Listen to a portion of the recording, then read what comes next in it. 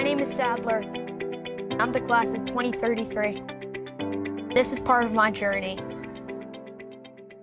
Here, I was walking down the fourth grade hallway and I saw, it looked like roller coasters. Marble runs. What are marble runs? Marble runs are basically like roller coasters for marbles. Okay. They can have loop-de-loops, turns.